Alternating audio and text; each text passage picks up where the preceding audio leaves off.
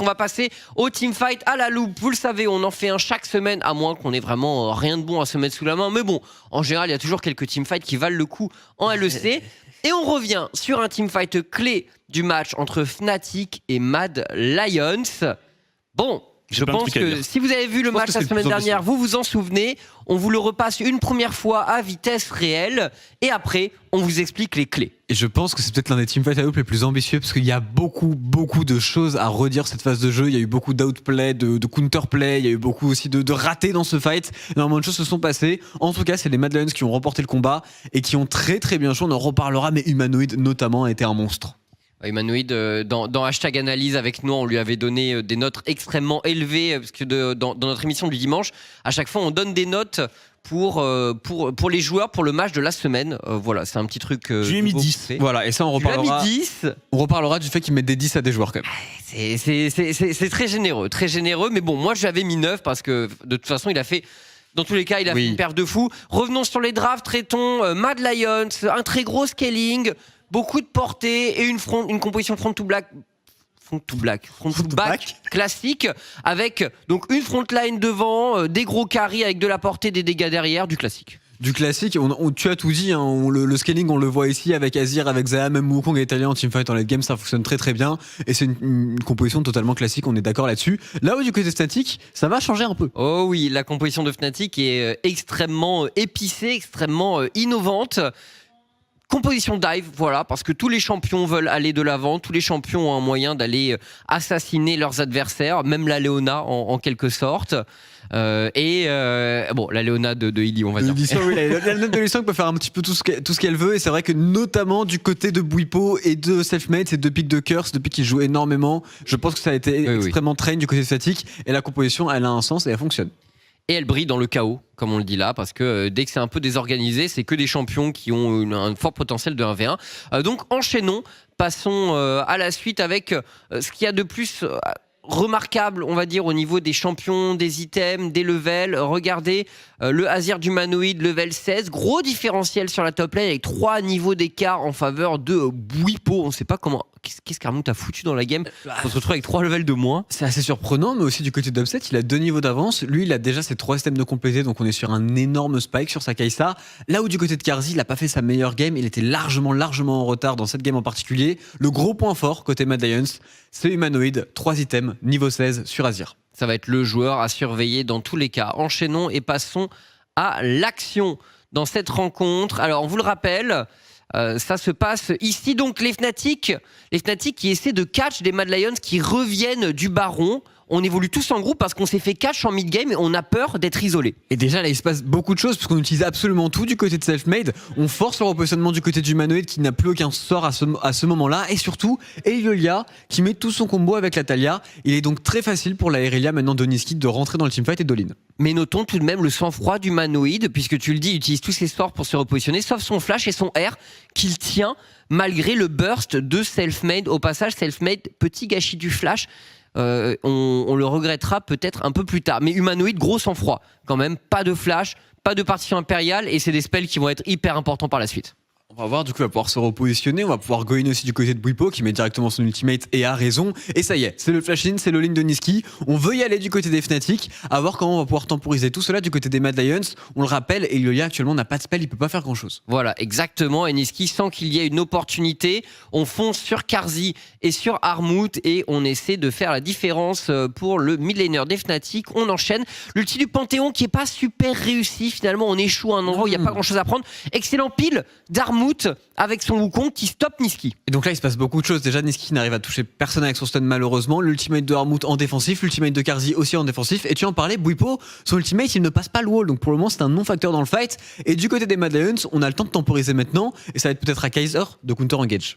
Et un joueur qu'il va falloir beaucoup observer aussi, c'est Upset, puisque lui, il attend qu'un CC soit posé par ses coéquipiers pour aller assassiner avec son ulti Kai'Sa. Et vous le voyez, la Irelia, elle ne touche que le Wukong. Donc c'est pas très appétissant finalement pour l'instant pour Upset. On enchaîne dans la mêlée, puisque les Fnatic se voient counter engage par la rel de Kaiser qui fait une très grosse couverture. Alors là, beaucoup de choses se passent. On notera la petite ward posée par Illisang et choix 1, choix 2. De quoi on parle? On parle de Illisang qui avec sa Léona décide de descendre sur la rail, mais il avait l'option de faire autre chose. Exactement, du côté de Kaiser, on vient de faire une très très bonne engage, on sait ça absolument tous les Fnatic. Il a utilisé tous ses spells, donc la rail actuellement c'est un creep, ça ne sert plus à grand chose, il n'a plus aucun CD. Et du côté de Lee Sang, on préfère revenir sur la rail pile avec son équipe, pourquoi pas, mais on se dit que s'il était parti sur le top side, s'il était parti vers Humanoid et Lilia, il aurait pu mettre un CC, Upset aurait pu ulti, enfin rentrer dans le fight et aller assassiner beaucoup plus tôt les Mad Lions. D'autant plus qu'il avait quand même Flash, Ignite, Ulti, Lee Sang, donc il avait absolument tout, mais c'est vrai qu'il manque un peu de vision au-dessus, mais il sait quand même qu'ils sont là et le choix de retourner sur la rail nous étonne un peu. Le choix 2 est meilleur. Maintenant, dans la confusion d'un teamfight, c'est compliqué de faire la part des choses du côté d'Lee Sang et on peut comprendre qu'ils veulent pile avec son équipe et jouer vraiment en front to back de leur côté. Mais du coup, il va laisser de l'espace et le retour des cooldowns du côté Mad Lions. Regardez Bwipo qui, grâce à la ward posée par Lee Sang, trouve un all-in sur Carzzy qui a le bon réflexe. Cleanse flash. Très bon réflexe du côté de Carzzy. Par contre, ça a posé une stack de CC et donc ça va être au tour d'Upset maintenant de pouvoir go in. Enfin, il a quelque chose pour aller dans la backline. Ouais, parce que Upset, vous le voyez, il était bloqué là dans l'entrée, dans ce goulot d'étranglement.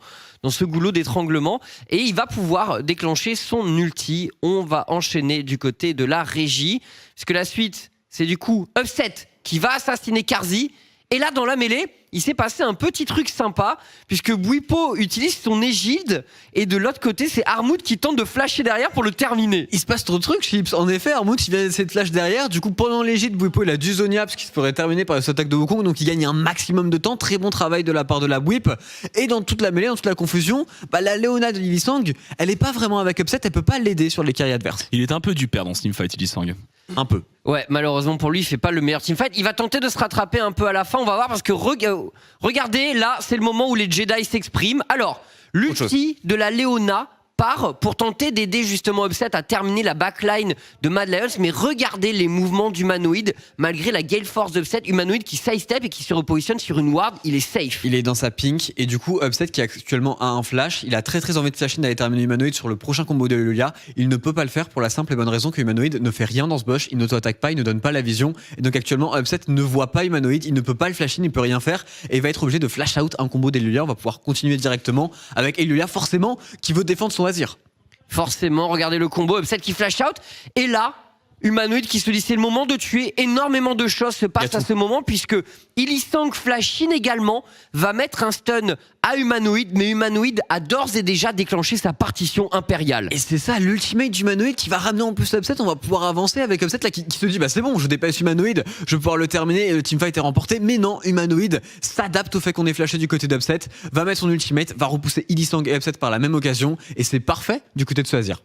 Et le shield du E de Azir qui lui permet d'encaisser la pluie d'Ikatia de la Kai'Sa, le R qui met d'énormes dégâts. Et regardez, en plus flash de Jedi d'Humanoid. Il est trop fort, il vient de flash du coup le missile de Upset, c'est Lilia qui va le tanker à sa place, donc Humanoid est toujours en vie. Et du côté de Selfmade, on se dit c'est mon moment, c'est à moi d'aller le terminer. Malheureusement pour Selfmade et pour sa Evelyn, il y a des pink wards, donc on a l'information pour les Mad Lions. Mais il joue quand même le coup parce qu'il a des points de vie, il se dit qu'il peut le faire. Humanoid n'a plus de flash, plus de R, il lui reste ses petites jambes. Et regardez le sidestep d'Humanoid sur le E de Selfmade. Le sidestep est juste beaucoup trop important parce que sans cela il se ferait juste instantanément one shot par la Evelyn. Il a le temps de sidestep, il va avoir le temps de mettre ses spells et pendant ce temps là du côté de Kaiser on a posé une ward très importante sur Upset qui va permettre à Armut et son Wukong d'aller chercher le carry des Fnatic. Allez, on enchaîne. Selfmade qui du coup est dans le vent, qui va tomber. Armut qui all-in. Upset qui utilise son E pour se repositionner et qui va tenter de terminer un peu le travail, mais ça va être difficile. Il tente vraiment tout, mais là il n'y a plus rien de son côté. On va essayer de partir sur la rail. Il va le tenter ici, mais il y a un flash-in très bon du côté de Lilia qui vient terminer le fight, qui vient crucifier Upset. Et Humanoid a fait un fight de fou furieux. C'est la classe internationale du côté d'Humanoid pour ce teamfight qui a tout fait. Et on n'a pas considéré qu'il y avait de vrais trolls dans ce teamfight, même si certains joueurs auraient pu mieux jouer. Upset qui pour nous a tout donné, mais qui n'aura pas réussi à carry Fnatic. On aurait pu mieux jouer du côté des Fnatic, mais bon, il y a aussi eu de sacrés exploits, notamment d'Humanoid. On n'a pas toujours pris les meilleurs choix du côté d'Lee Sang, Bwipo après un mur, etc. Mais c'était des tout petits détails qui font très mal, parce que les Mad Lions de leur côté, ils ont tous très très bien joué, notamment Humanoid, et aussi Upset. Fallait quand même le récompenser pour son teamfight. Il a osé aller dans la backline, il a essayé d'assassiner tout le monde et il a très bien joué le coup. Donc globalement, juste bien joué aux Mad Lions. Nora, un petit commentaire sur le teamfight. Moi, c'est alors déjà pour ce teamfight et pour le reste de la gamme, hein, que j'ai trouvé que Humanoid fait une game formidable parce que vraiment pour le coup, il met outplay sur outplay sur outplay. Ce teamfight est un exemple vraiment qui représente, je pense, un peu fidèlement sa partie. C'est impressionnant, comme tu le dis, c'est un Jedi, c'est-à-dire qu'il joue des trucs et il faudrait limite le revoir une nouvelle fois en vitesse normale, ce teamfight, pour voir à quel point, en se concentrant sur Humanoid, c'est uniquement Jedi. On le commentait. Avec qui on commentait ce teamfight? Avec toi, je crois. C'était vous deux, je pense que c'était vous deux. Et au moment où le teamfight pop, on sait que genre, le teamfight, il est fabuleux de la part des Mad. Hein. Ouais. Et pour vous, on va désormais mettre nos teamfights à la loupe sur YouTube en découpé en petites VOD. Donc, vous aurez l'occasion de les revoir et de les apprécier en détail.